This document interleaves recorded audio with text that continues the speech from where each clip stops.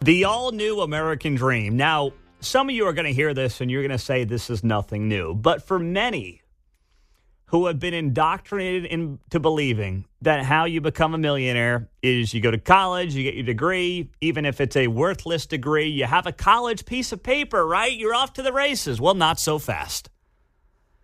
The Wall Street Journal's feature piece yesterday was a great one. America's new millionaire class, plumbers and HVAC entrepreneurs.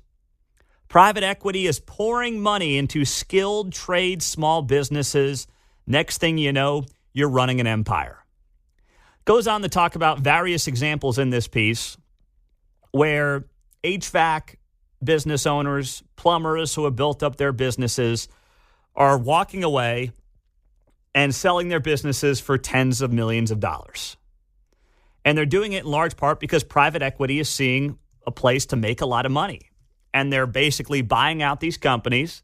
They're joining companies in various markets and cities, and they're realizing that this is just a great place to be right now. Because the cost of goods, by the way, in these industries is always passed on to the customer. There is a shortage of good labor in these businesses, so the costs continue to go up. Still, there are not enough Americans who want to get into the trades, so it's highly profitable. And private equity is not dumb. That's why they're looking at this and they're saying to themselves, you know what? Let's get involved here. Let's make some money here.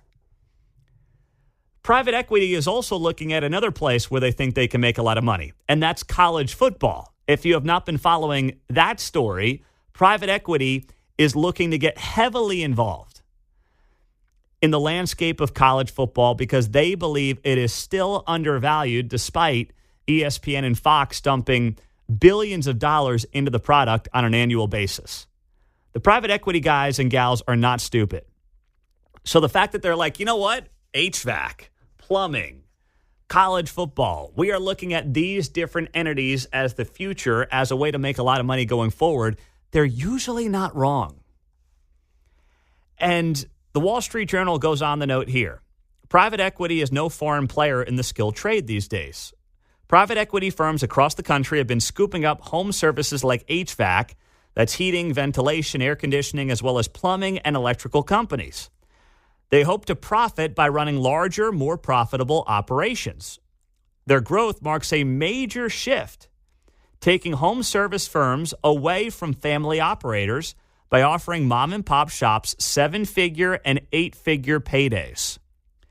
It's a contrast from the previous generations, when more owners handed companies down to their children or employees.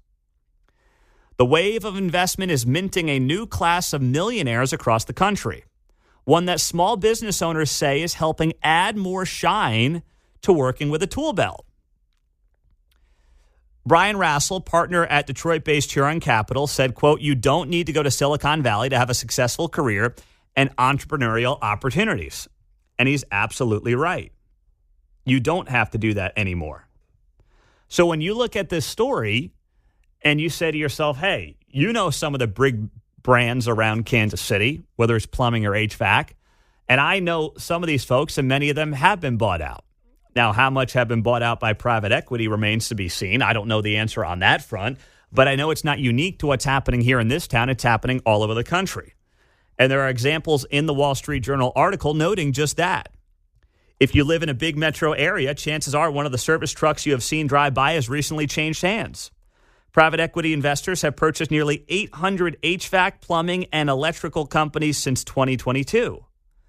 And those are just the biggest deals. Plenty of smaller scale purchases are not yet tracked. And sellers are reluctant to share exact details about their PE payouts. Now, is there a potential downside to this? There could be.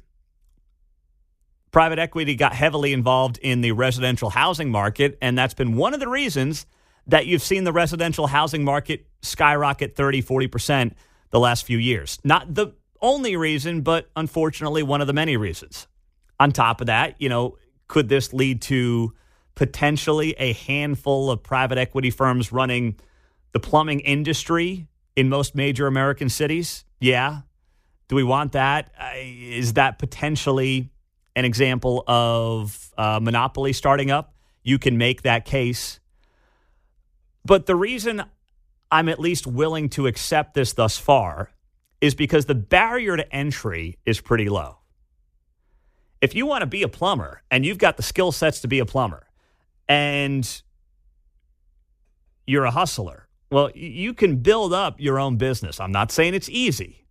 Nothing like this is easy, but you can do it. The barrier to entry is incredibly low.